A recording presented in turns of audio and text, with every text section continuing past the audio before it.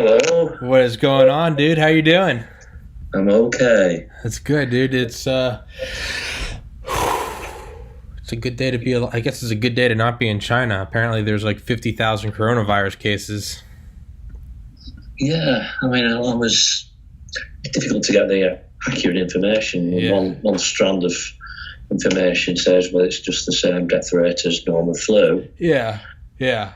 which hopefully I'm healthy enough and people I know are healthy enough to withstand it. The other is that it's more infectious, so a lot more people get it, so therefore a lot more people numerically die from it. Yeah. That's the sort of message that we're getting, well, I'm getting over here, whether it's true or not. Yeah. Yeah. It's hard to buy into because it seems like every year there's an end of the world virus. Every year there's a scare that this is the one, but yeah, I'm not it concerned. is. I mean, what worries me from obviously it's a worry anyway, but from a personal perspective is travelling on aeroplanes. Yeah. To football matches. Yeah. You're sort of thinking, Yeah. It's these flags, but still. Yeah, we will see soon enough. Yeah. Well, fortunately for psychedelics, like you and I talked about, it's all just a ride. So whatever happens, happens. I mean, happens. That's what I suggested as a topic because I've had lots of psychedelics, and as you, I've realised that I've been able to take a different perspective because of that.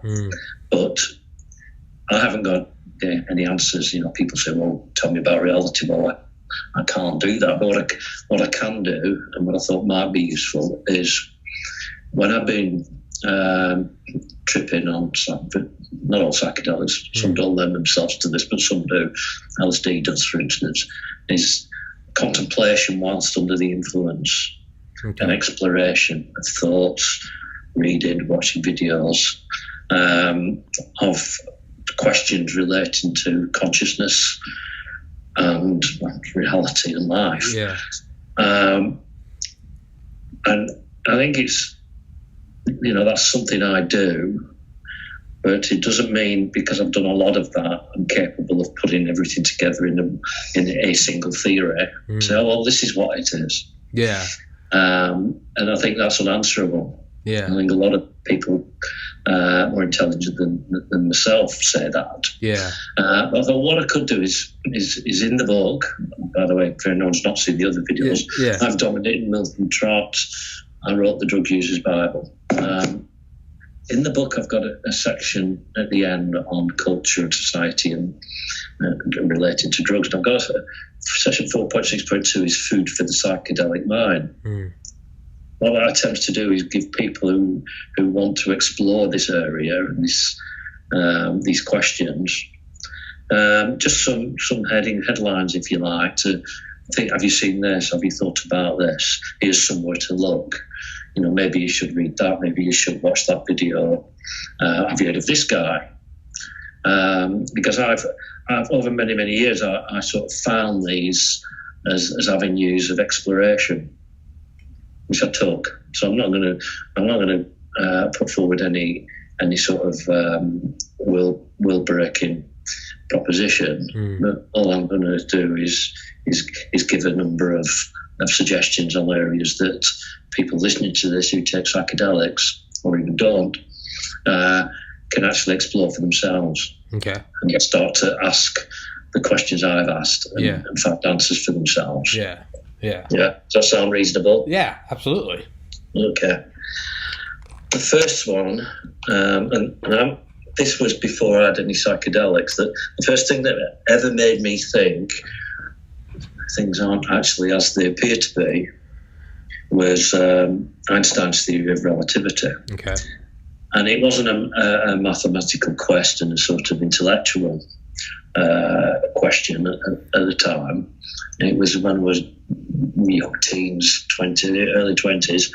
So practical questions and issues like if you travel on a spacecraft, if I travelled on a spacecraft and approached the speed of light, went out there somewhere, and then turned around and came back at close to the speed of light, what would have been a few minutes for me would have been many years for the people left behind.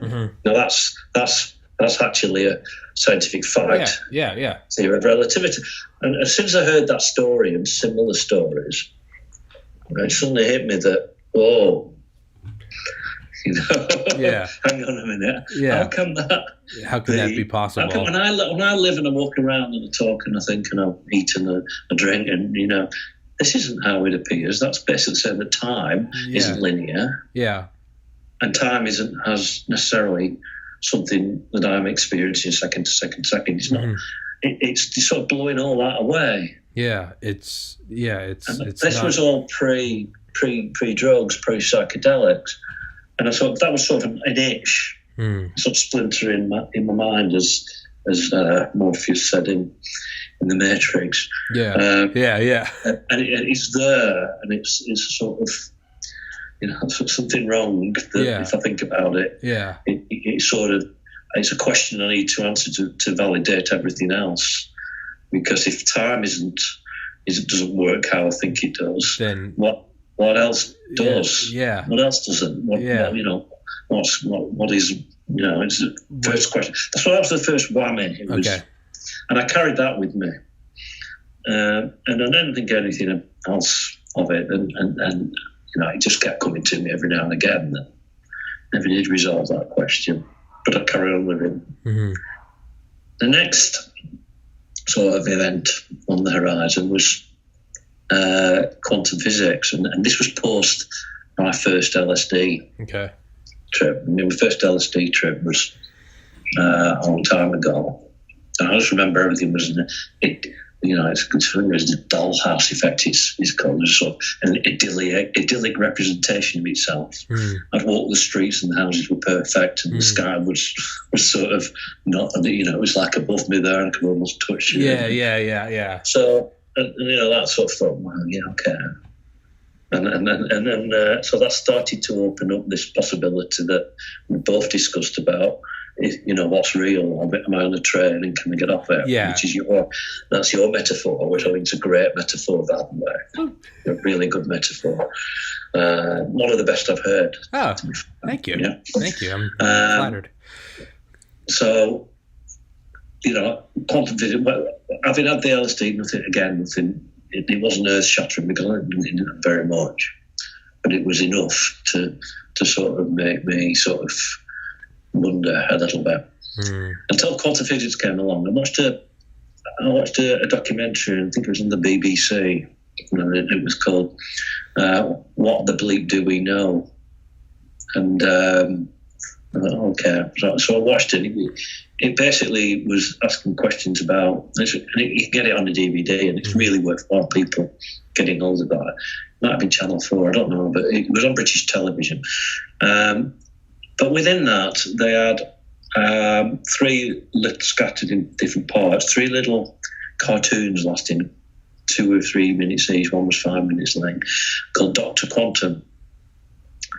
And the first one was a sort of, I think it was a preparation to get you to think out your box and stop being so sort of static in your perspective. And it was this. This Dr. Quantum was a cartoon character like a wizard with a beard, and he'd fly into this. So this is Flatland. It's a 2D world. Yeah. Okay. Yeah, I've seen something. That, I've seen some. I've seen. I think I've seen Carl Sagan's take on that. The Flatlanders, 3D, 4D. Yeah. Well, it's a 2D world. There's no life form buzzing around, and they say, "Well, these guys don't know about 3D," so I put my finger in the middle of it, and they're all running around screaming. And he gets one of these little characters, and he says, "Hello," and of course he's terrified, thinking, "Oh, where are you?" Well, I say, "Well, I'm from a different dimension," and of course you get it's reacted as a 3D entity like us would react. What? What do you mean another direction? Dimension. So and then he says, "Well, I can see what's in your safe at home, and you've got this, and this." So, and then he pulls this little entity out, and he goes, "Oh, wow!" So it's basically suddenly it's expanded its its consciousness, its perspective, its perception, everything, and a bit like it to just taking a psychedelic. Mm-hmm. Oh yeah, absolutely. Seeing its 2D world, yeah, as it was. It's not the world. It's just a narrow representation of its through its own sensory organs. So that's the first one. I think that's just preparatory. The second one is the double slit experiment, which I'm sure you've heard of that. Yeah. For people who haven't, that's fundamental to quantum physics. And basically it shows that they found a single electron through two slits and seeing what the pattern on a board behind turns out to be. And if you sort of sat there watching these electrons fire and you get two slits on this board behind, which you'd expect, which is shooting solid matter through things. If you're not looking, if nobody's sort of witnessing this and measuring it, then it behaves as though the representation on the board behind, as though it's water, it's fluid, it's sort of waves that are going through these two slits. Yeah. So the question is, well, what the hell is going on here? If we're not looking at this or we're not observing it, how come it's behaving like a sort of wave? Yeah. But if we're looking at it, this is the smallest unit of matter, an electron. If we're looking at it, it's like behaving like we'd expect, like a ball bearing. Yeah. Spinning that round as an explanation, what's basically happening is it behaves like matter. It collapses from a wave function to matter because it's been observed by a conscious entity. Yes. So the mind, if you like, is creating the matter. It's creating what it perceives. It's creating its reality. It's creating reality. Yeah. And therefore, that's basically how. So it's extrapolated to created, everything. Yeah. Without consciousness, without conscious observation or measurement, it doesn't exist. It's only potential. Yeah. It's like I'm in this room right now. I'm not in my bathroom. Does my bathroom exist? Yeah. That's the sort of question. I think it's there, but it's only because I can go check on it. Right now, is it a probability? Is it just an infinite cloud of yes and no? Schrodinger's bathroom. It's exactly right. I mean, if Schrodinger's cat is what that is, in case nobody's aware of it. So but what that does is far more eloquently than I can do without the graphics, and it explains all that and sort of presents it as what it is, which is proven science. And it's if you don't know anything about this, you never encountered it as a viewer of this video, you must go and have a look at that. Yeah. Dr. Quantum double slit experiment. Watch that or something similar to understand, because that is so fundamental to understanding or having a starting place to actually understand reality or consciousness or anything that's going on around you. So that was the second cartoon in this documentary. And the third one was entanglement. Electron entanglement. Yeah, if you take instantaneous, an electron that's been in contact with another one and put it on the other side of billion light years away, and you do something to one, it will affect the other one instantaneously, faster than the speed of light. Instantaneous. So they're still connected. Instantaneous. No time. No time. Yeah, it's instantaneous. So no speed. It's basically, again, scientifically, everything is connected to everything else. Yes. Via a dimension or a means that we don't perceive or understand. Yeah, and it's what the things you're naming are some of the things that were some of the things that I experienced too in my years leading up to psychedelics. It was the double slit experiment was one of them.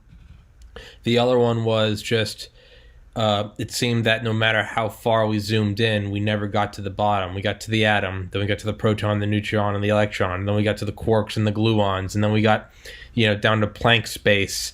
And then you zoom out, it seems the universe goes on forever. And that was one of those two things. It seems that we can't see the biggest thing, we can't see the smallest thing. And it seems that, we do create reality with our minds. And then the last one I thought of, the age-old one, it was, well, what was before the Big Bang? Like, what is nothing? What is after everything? And I think it's very interesting, and you're bringing up an important point, because this was all before I did psychedelics, and these aren't just some hippies sitting around, hey man, what if you no, it's like you have these brilliant scientists like, yeah, nope, that's what it is. It's really these are experiments that have been conducted, and they work, and it is reality is stranger than fiction. And again, what those three cartoons do, in layman's terms, simple to understand. I understood them very easily, and I think anybody could. Is basically, for me, they're built on the Einstein theory of times and linear, even though that's how we're experiencing it.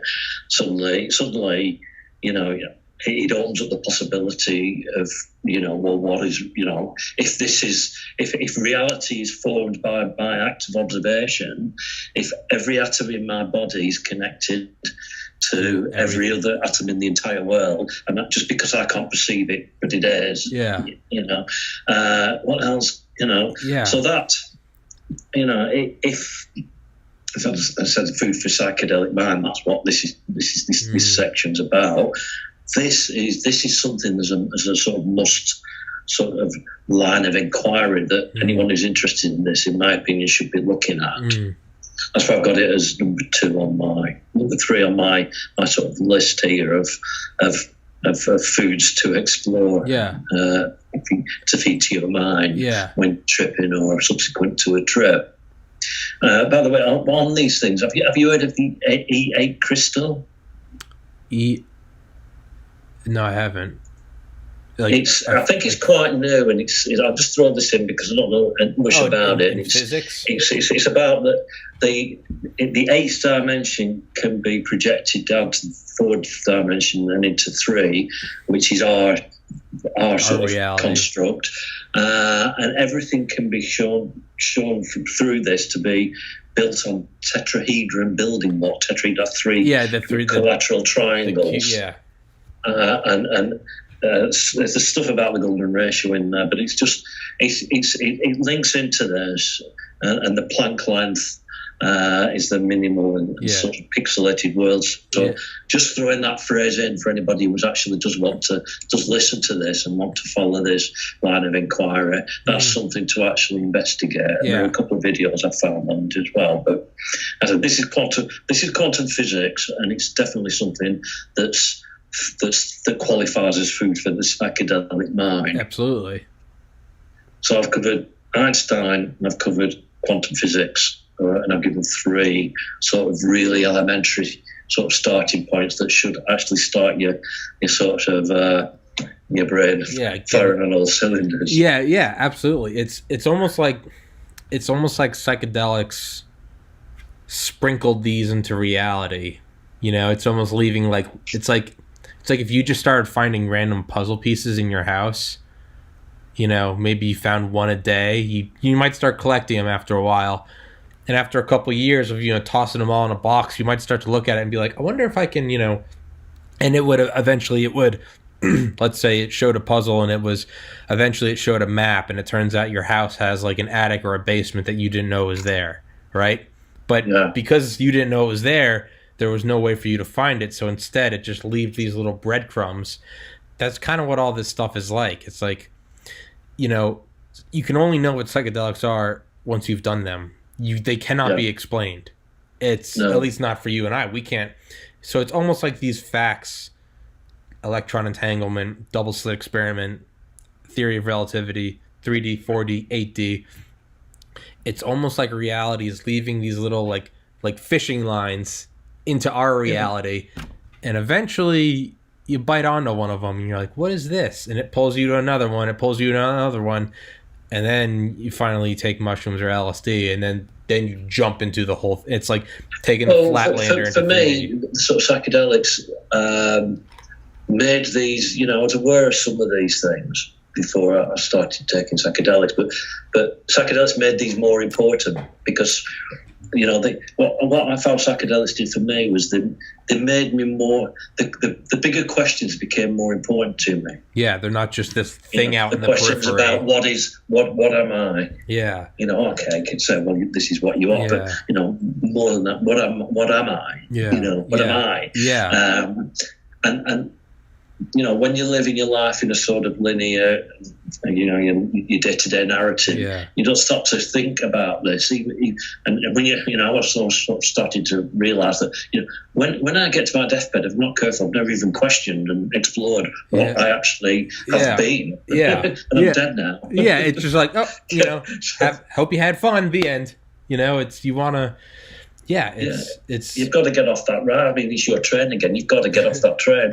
And for me, it was, once I started taking psychedelics, more and more I thought like that. That, and in fact, the Terence McKenna thing again, that, if you've never had psychedelics, you've not done, you haven't done it. Die without ever having had sex. Yeah. It's one of the two most important things you can do in life. And I agree with that. Because once I had them, I started more and more started sort of realising that, okay, well, I could live this sort of narrative and this story and then die, but to do that and not start to look at the story itself from outside is that for me is a complete waste. It's terrible. The psychedelics made that more obvious. And it made these different bits of elements of exploration more important than they were.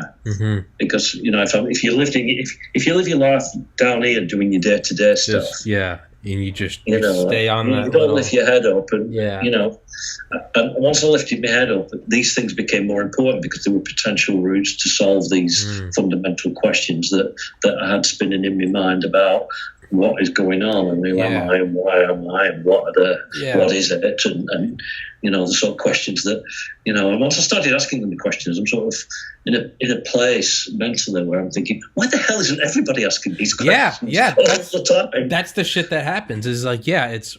I think Joe Rogan said it. He was like, it's like you do psychedelics and you truly realize that your entire life has been spent on this little rock floating in the middle of infinity, and it never comes up.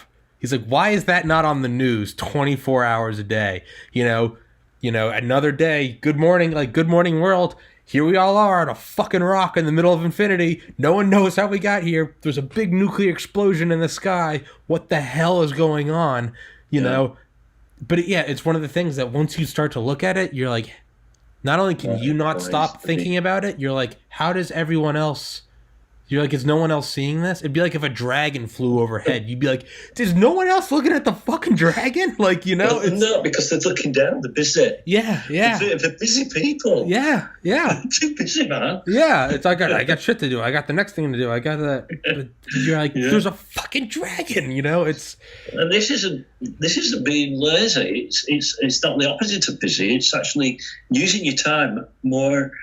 For greater reward, because I get far more reward from actually thinking and trying to work this out. Well, and not only parts of it out than I would working on something. Well, just won't feel productive. I don't. And not only on the lack of wanting to put effort in, because believe me, it's an effort. Yeah, it's actually. Okay, well, I'm going to try and understand this a bit more. It's hard. It's a journey. It's a journey. But it's fun because it's a journey. And it's. I was going to say what I found is, and it's not just it's not just that you leave this world down here. It makes this world down here a lot more fun. Yeah, because you're like, oh, it's just a train. You're like, oh, okay, so that you can go back to your little busy, like. Every day I work out. Every day I build my podcast. Like ultimately, I know that this is all just a ride, and I'm here for a little bit, and I'm inhabiting this body, and this is maybe I've lived 100 trillion different lives, but it doesn't mean that I reject this. I come back down and come back down from meditation, and it's like the podcast, instead of here's this thing I gotta do, it's really important. Instead, it's like here's this fun thing I'm playing podcast. I'm playing podcast builder. You know, it's like a video game. I'm finding new guests. How many subscribers can I get? Ooh, where can I put the link? I'm doing the same exact thing as I was doing before, but now I'm playing a game instead of this super, oh my God, I can't mess it up. It's, you know, it's a game.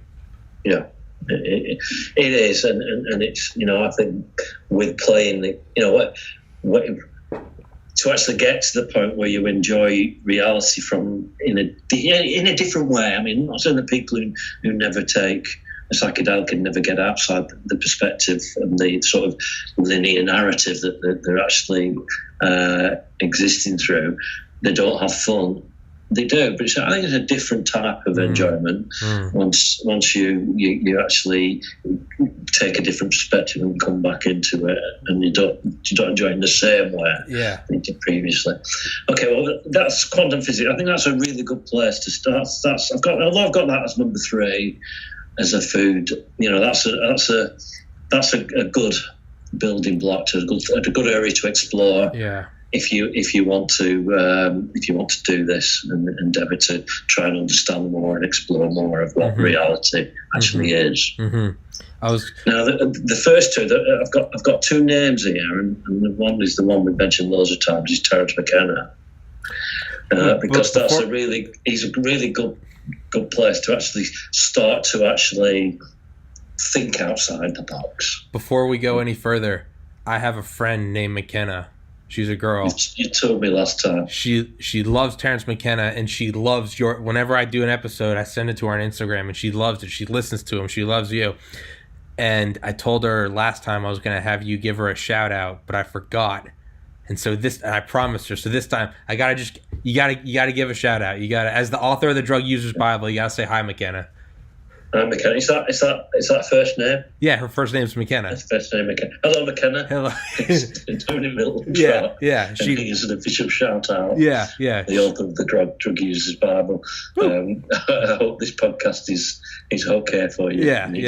It's not too rambly. Yeah. Oh no, she'll love it. She loves Terence McKenna. I remember I asked her. I was like, "Have you ever done LSD?" And she was like, "Really? My name's McKenna, and I love Terence McKenna, and you're asking me if I've done." She's like, "What a stupid question." I was like, "Yeah, you're right." But yeah, okay. So let's get back to it. Yeah, name check him, because if you're exploring this area and you want to ask fundamental questions and areas to investigate, Terence McKenna is definitely one of them. And you know, he's done things like the stud ape theory. I won't go into all these, but these are just labels for you to go and think. I Ching is another one. Yeah, we've got that. It's a Chinese divinatory system. It's a book, and there's even a tiny. Well, there's I Ching. Yeah. And look at the size of that; it's tiny. But I've got a proper size one. Yeah. Which I actually got in China. I went to the shop and I got the I Chang, and they didn't understand what the hell I was talking about for ages, and all the stuff came from there. Eventually they got me, and lo and behold, they had it in English as well. So I got that when I was there. So he does a podcasting type interview with the guy. His name escapes me. That's a really, really interesting, because it explains how the East actually invested itself in exploring time, whereas the West went for energy. Okay. And with the Industrial Revolution, they were sort of studying and how what was it, the 16th, this 64 hexagram.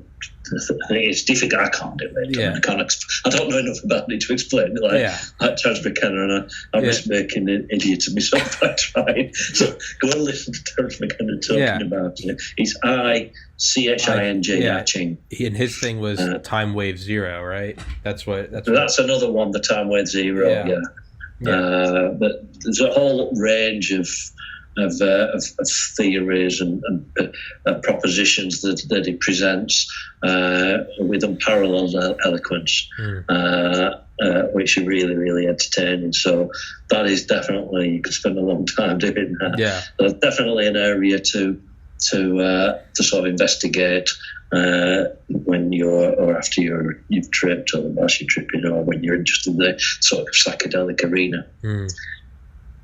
Another guy, Robert Anton Wilson, and I found him, and the specific area of his work that I'm going to refer to is the 8th circuit model, which was originally Timothy Leary's model, and he actually sort of slightly reinterpreted parts of that. But there's a again on YouTube there's a documentary, a video. It's not a video, it's an audio where he goes through each of the different levels. I mean, people are saying, what's he talking about, the 8th circuit model? And we discussed this briefly last time. What this theory, and it's more than a theory, because I think a lot of psychologists, psychiatrists agree with at least some of the levels, is that consciousness develops from the level you're born at, which is the I've actually got them. I'll read them out. Here you go. Found it first of all, which is a miracle. The oral biosurvival circuit. Keep talking. I'll carry on talking to you, folks. Stay with me. I won't read it because I hate people reading books to me, so I won't do it to you. The oral biosurvival circuit is when a baby's born. It's pre-programmed, if you like. That's a terrible word. That's not the right word at all. But and it's suck anything, looking for nutrition, and it's looking for a mother figure. And this is a level of consciousness that it's born with. I think he cites. He comes with birth with some jeep accidentally ran down a giraffe minutes after it had given birth to a baby giraffe, which is a calf. Forgive me if I don't know the baby giraffe. God, don't assume it's a calf. And immediately it tries to treat the jeep as its mother figure. So this is a sort of level of consciousness that is there. Second level is, as Anton Wilson describes, the anal territorial circuit, where you start to measure where you are in the hierarchy and what's mine. And then there's a third level, the semantic time. It goes on up the sort of a triangular level, if you like, where people, as they sort of grow, become more conscious of what's around them. The time binding circuit, I think, is where they can sort of awareness of time that's passed and can plan forward. And there's different levels of consciousness. And particularly interesting from my perspective, as Sir Drugs a lot. Yeah. He associates. This could be a character. He associates a drug with each level of consciousness. So at the beginning, there's opioids and sedatives at levels 1 and 2. And a lower level is alcohol. If people drink, they get very aggressive and territorial. I'm going to go. You know what drugs can be like. Not all of them. Caveman kind of. Yeah, and then at level 3, you've got stimulants, which sort of stimulate. People can bankers snorting cocaine for analysis and calculation. So that's good at that level of that drug. Then the sociosexual circuit is number 4. Hormones, entactogens, ecstasy are useful for enhancing that particular level of consciousness. Now we get on to 5, which is the sort of level most people can stop at. And that's stimulated by cannabis, MDMA, and low doses of LSD, according to this theory. Then a higher level is the meta-programming circuit, where you get to a level where you realise you're taking a perspective and you can choose to take a different perspective. Oh. Okay, so you're a consciousness observing consciousness.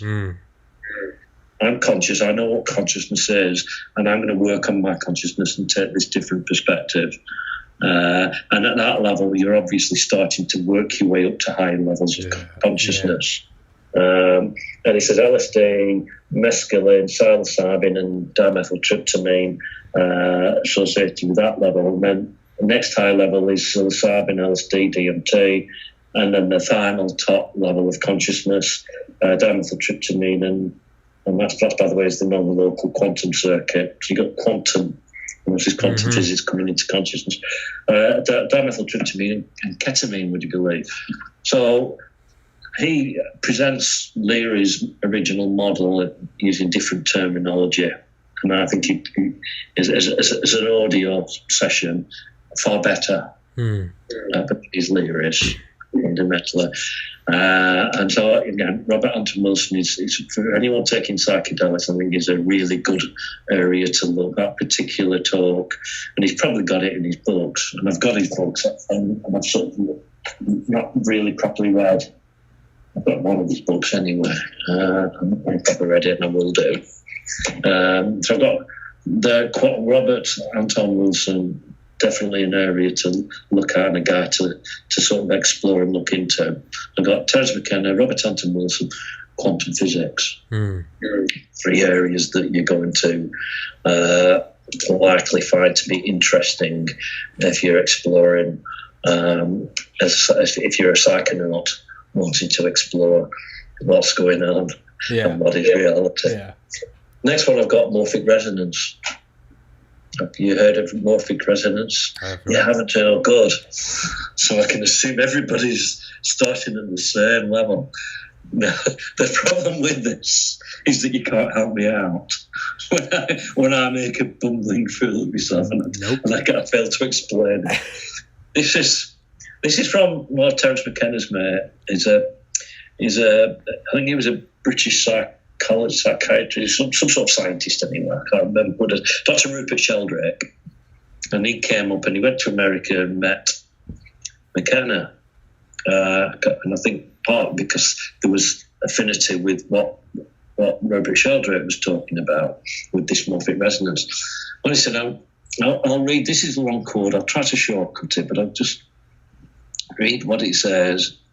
Morphic resonance is a process whereby self-organizing systems inherit a memory from previous similar systems.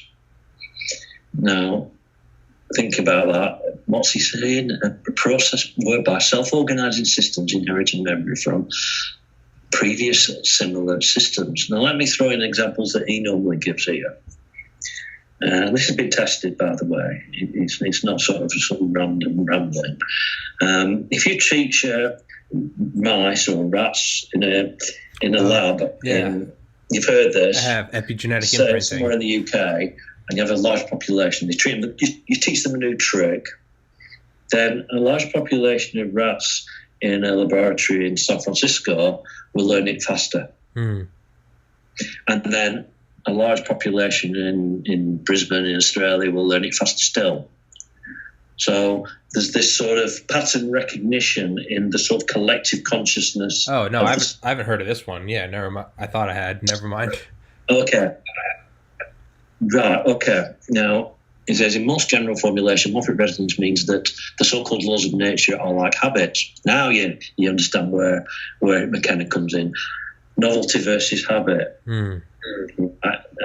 So these are habits, right? The hypothesis of morphic resonance also leads to a radically new interpretation of memory storage in the brain and a biological inheritance. Back to this question of where is memory, because I think a lot of people, a lot of scientists even, are now saying it's not stored in the brain because you can chop out every part of the brain individually and the memory doesn't go. So where is this? It says memory need not be stored in material traces inside brains, which are more like TV receivers than video recorders, tuning into influences from the past. And biological inheritance need not all be coded in genes or in epigenetic modifications of the genes. Much of it depends upon, I'm struggling to read this. Why don't I make the letters bigger? And I can read it more easily. Here we go. This is better. and biological inheritance need not be all coding genes or in epigenetic modifications of the genes. Much of it depends on morphic resonance from previous members of the species. Thus, each individual inherits a collective memory from past members of the species and also contributes to the collective memory affecting other members of the species of the future. Now, what he's basically saying is that this rat experiment applies to memory. Cites other examples like crystals. The first time scientists create a crystal, they can do it more quickly later on when it's repeated, even if they've got no knowledge of the existence of that crystal in the first place. What I wrote after this becomes particularly relevant when developed alongside other theories and ideas. One example, given that optical illusions demonstrate a form of pattern recognition. Right, okay. I'm going into something else there, applying this to memory. That's my theory. I added my little theory to the end of that. But yeah, so what Sheldrake's saying is that there is a collective memory and a collective consciousness and a collective of basic everything, and it's all to do with pattern recognition of self-organizing systems. And he cites a lot of really, really credible examples of how it works and for which there are no other explanations. Yeah. Is it something like the Akashic Records? Sorry? Is it something like the Akashic Records? The what records? Explain that to me. Akashic? It's kind of what you're talking about. It's the idea that all knowledge that will ever exist already exists, and it's almost like a radio tower, and what we are all receivers, and some of us are grabbing onto different, but like, you know, it's just a matter of it's almost like it's never invented so much as we like discover it. So like 10,000 years ago, they were just tuning into how to build pyramids and wheels. It sort of is. There's obviously commonality with that in that he's suggesting that your memory isn't exclusively coded into your brain, into the proteins or whatever is being suggested. He's saying that, it's not like that. It is a receiver, and that's the only explanation for a lot of issues. Mm-hmm. And I'm not doing justice to him here at all, because it's hard stuff to explain without a to sort of fly off a few words. But as a sort of food for psychedelic thought, this is definitely an area to look at as the others are. Mm-hmm. Because he explains it. I mean, materialist scientists hate the guy. Yeah. Because he's basically saying, you've got so much of this wrong, and you've got closed minds. You're not willing to sort of open them and actually entertain any of this. Mm-hmm. And he has a point, and they don't like that, and he knows they don't. Yeah. So, I think he co-authored a book with McKenna. With Terence McKenna? Yes. Oh. It was one of these trilogues. I think there was Ralph Abrams, Terence McKenna, and Rupert Sheldrake. I've got it somewhere in these piles of books that I should read more often.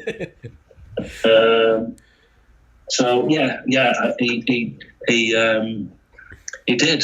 So, people who are familiar with Terence McKenna may well be well aware of it, or might not be. But definitely this theory of morphic resonance, not just because of the memory, the TV receiver type, but which I think quite a few people actually, other people suggest that, but because of the way he's suggesting that there's a sort of transference of knowledge and memory between yourself as an individual and the collective, based upon habit versus novelty.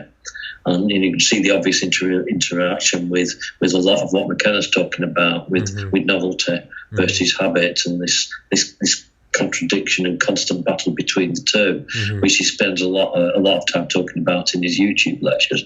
So that's another guy, Rupert Sheldrake, morphic resonance, that I feel is definitely food for the psychedelic mind. The next guy I've got here is Dr. John Hagelin. He's an eminent scientist, and his area is quantum mechanics again. There's not much I'm going to say about John apart from the fact that he explains quantum physics supremely well. Okay. And when I was trying to actually all right, well, explain to me, you've got sort of molecules, atoms, and then you've got electrons, and then what's beneath that again? I don't understand this, and what's this Planck stuff that you're talking about down here? It's very confusing if you haven't got any sort of formal education in this area. But his talks on this are for such a clever guy, are really, really easy to understand, and he's really patient. Yeah. Which helps a great deal. Yeah. So I give a name call out for Dr. John Hagelin, Hagerin. It's in the book. Yeah. Page 471. Shout out. So definitely worth finding his stuff. I've got a one paragraph on Dennis McKenna for one quote. Just for one quote. This is the quote that I included in, because I wanted to say this somewhere in the book, and this is a good place to see it. Because it was all experience. I can't pretend to his accent, so I'll stop now. All experience is a drug experience, whether it's medicated by our own drugs, endogenous drugs, or whether it's medicated by substances that we ingest that we found in plants. Cognition, consciousness, and the working of the brain is all a chemically mediated process. Life itself is a drug experience. So I read that really badly, but what he's basically saying is we're running on serotonin and dopamine. You swap out the serotonin for DMT, and you're going to have a completely different experience. But so basically, we are a drug experience. Yeah, you smile, you laugh more. Someone opens the door real quick, and you adrenaline spike. All of a sudden, your experience is different. But it is. Everything is a drug experience. You work out, you get an endorphin rush. We're experiencing now, I'm on a drug. Yeah. It's just subspace serotonin and various hormones and all the stuff that's flowing around me. That's the drug I'm on at the moment. Yeah. But I can change that. Yeah. And have a different experience. No less valid. Yeah. No, just because this one is the drug experience that everybody else is usually on, it's accepted as the drug experience they've got to be on this drug. If you'll take Dennis McKenna's perspective there, then well, why is that more valid? Just because you're all doing it, I'll have this experience, and that's equally valid. It's as valid as your experience. It's fair enough. I think that's a valid point. The next one's really tricky and I'm going to make a complete mess of this, but I'm going to give it a go because I think it's interesting, and I was surprised when I saw this was still on the CIA's website. Oh, okay. Yeah, I thought you'd raise your eyes at that one. So on page 472. I'm finding it here, and I can show you a picture. Okay. Let's have this map on page 472 there. This one. Okay. Right. Oh, jeez. I'm going to explain this without who cares? Just jump in. Who cares? Okay. There's your brain waves. Okay. You see, going up and down in waves. You see them? Yep. Right, this is what the CIA did. They had a project. They just want to weaponize everything. Yeah, they're fucking crazy. Yeah, They had a project, right? And in this report, which is on their website, and I can't remember. I've got a link which I can provide. They said these are all their words. I'm not making any of this up. Can you see me all right? Yeah. There you go. Yeah. Okay. This is an aspect of quantum mechanics which applies to the fact that any oscillating frequency, such as a brainwave, reaches 2 points of complete rest, which constitute the boundaries of each individual oscillation. Now, that's stating the obvious. If you've got a wave like that, at some point they stop because they've got to change direction. Okay. So just for an infinitesimal period of time, it has to. Okay. They're stopped because they've got to. That's the nature of changing direction. It's like throwing a ball in the air. It's that's what they're saying. Without these points of rest, an oscillating wave pattern would be impossible, since the points of rest are required to permit the energy to change direction and thus continue vibrating between rigid limits, just what we just said. Yeah. But it is also true that when, for an infinitesimally brief instant, that energy reaches one of its 2 points of rest, it clicks out of time-space and joins infinity.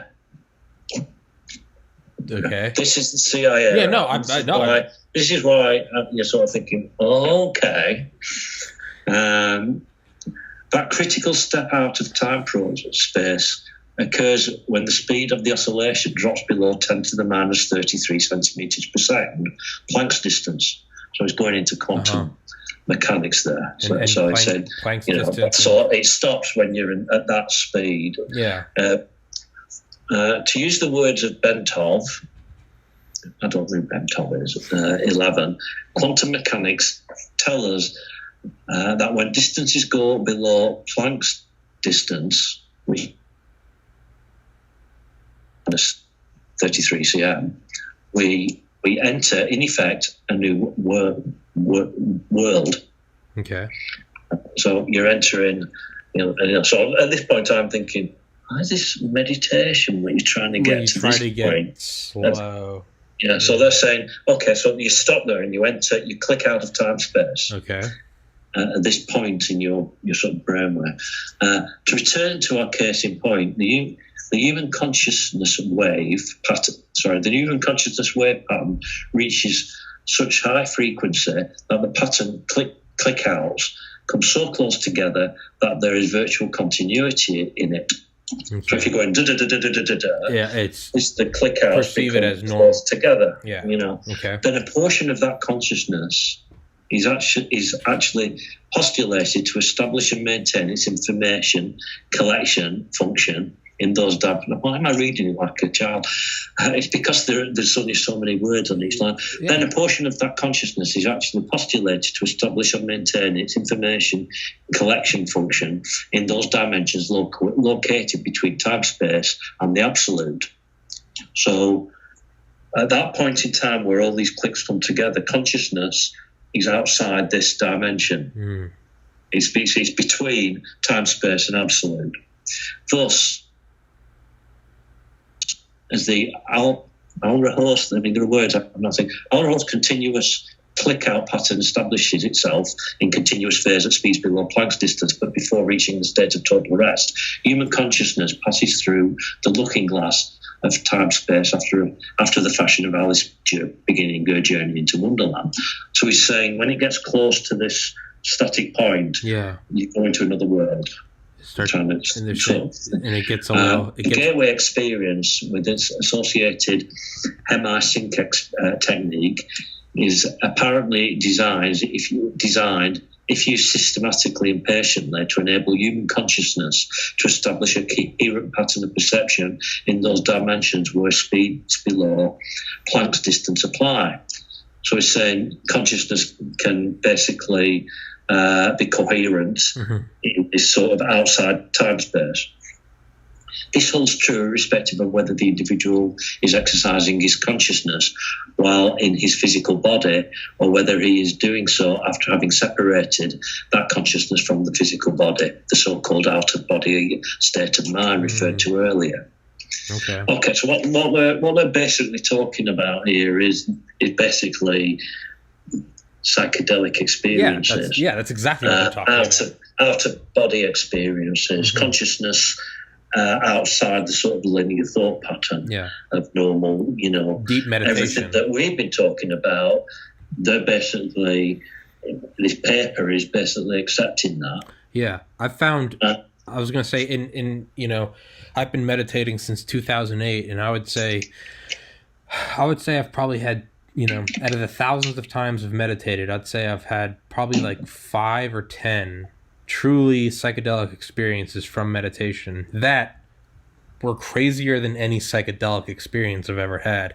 And how it always starts is I'll be meditating for, an hour, 2 hours, and my rate of breathing will slow down so much, and I'll feel like muscles relax that I didn't know were even tense, and your whole body starts to slow down, and it is like you're almost like going through the eye of a needle. It slows down, it slows down, it slows down, and then it stops, and it's just infinite. It's an indescribable. It's easier to describe LSD than it is to describe this. It is infinite. It is maybe, I don't know, maybe that's the 5th dimension, the 8th dimension. According to this paper from the CIA, that's real. Yeah. You're not imagining any of that. Yeah. And there's a whole, I've just read one paragraph out of this thing.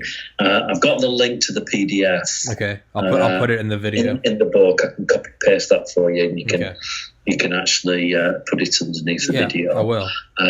But, I thought, put that in here because, again, it's something that food for the psychedelic mind to explore, to reach its own conclusions. Now, the next one is the Dalai Lama. Okay. Because, of course, going directly linking to the CIA paper and meditation, this is what monks do. They meditate to seek enlightenment. And I've got a quote from the Dalai Lama, which is true.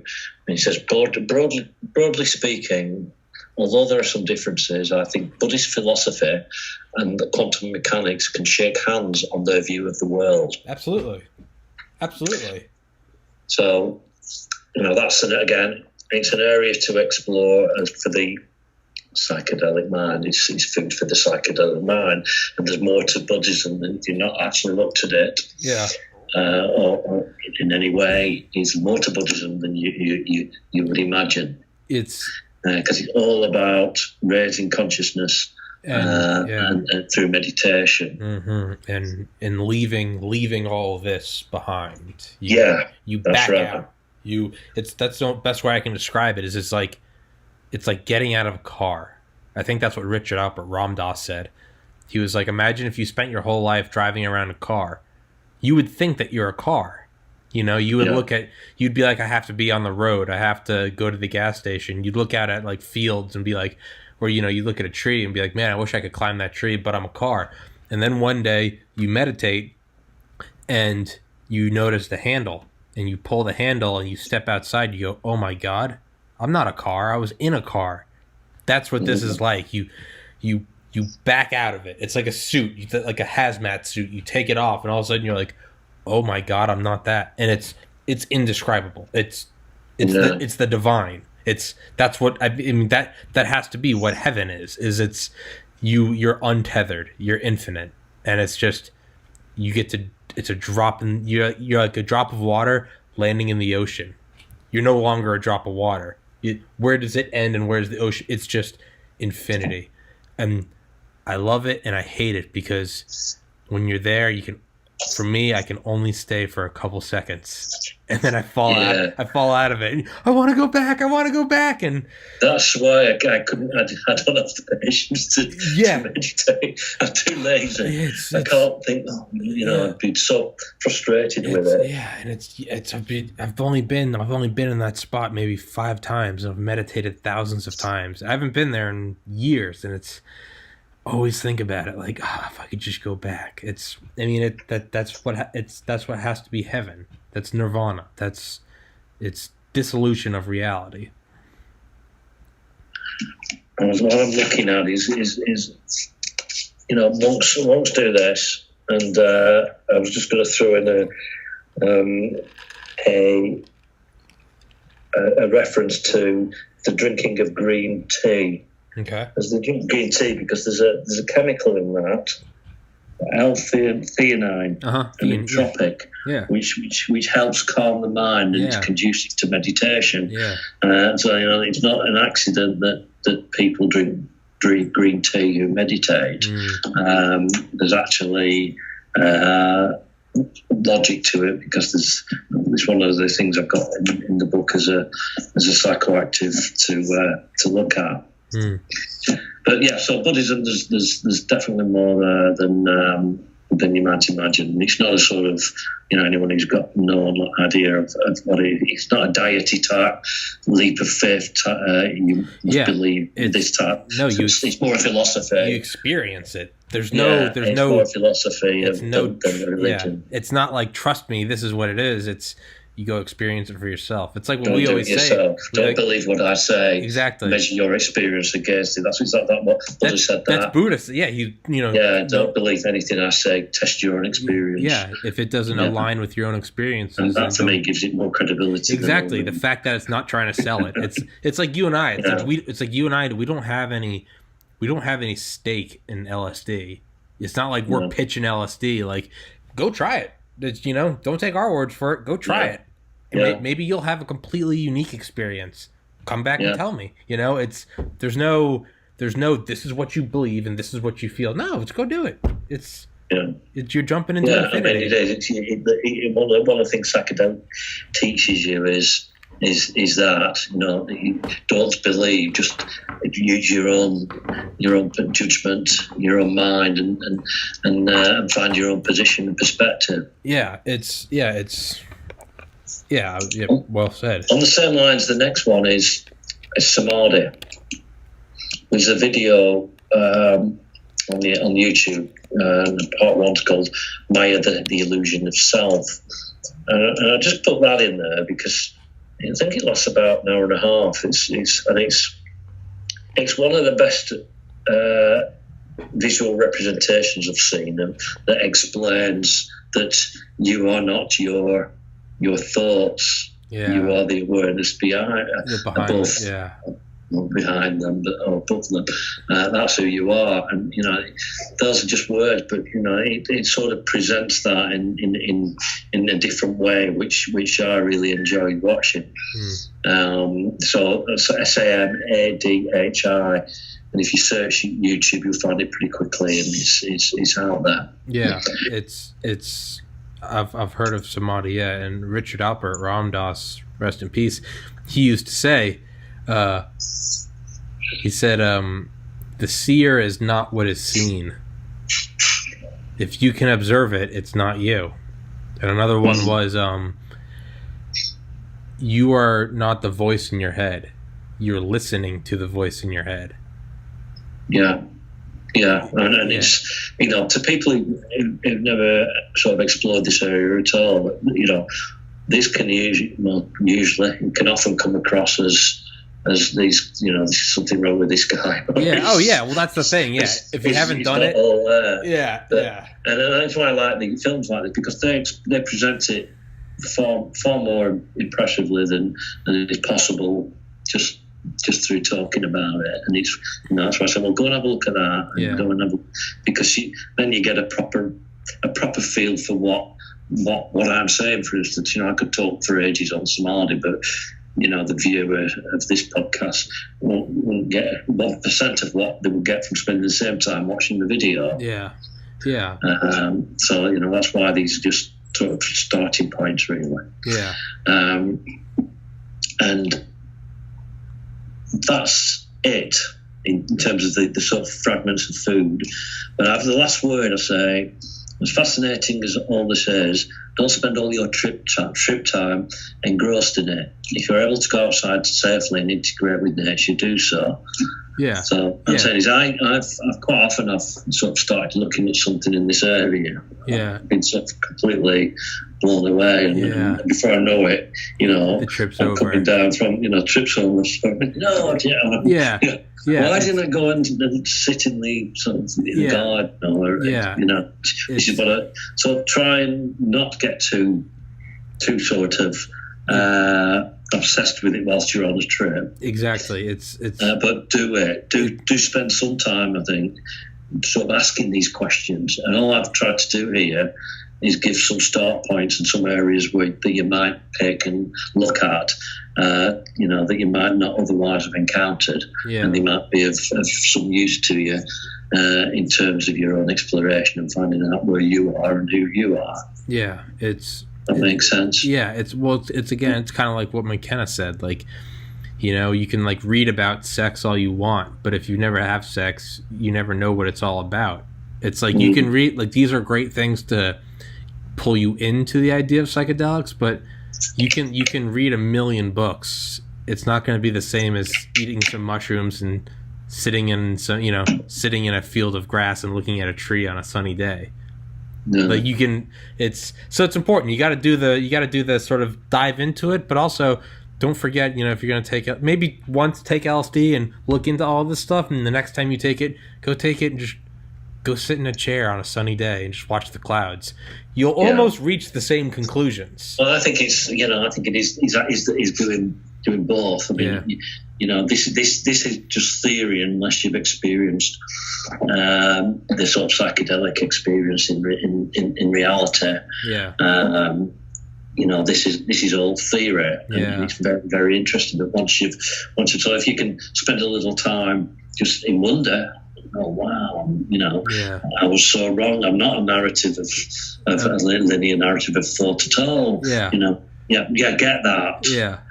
And once you've established that, and you've sort of had a bit of experience there, then sort of look into some of these areas that are absolutely fascinating, or they will be fascinating to you. And once you've done that, I believe that's the case. And what I've tried to do here is just give some ideas for exploration and some food for investigation. Thought. Some food for thought, food for the psychedelic man. Exactly.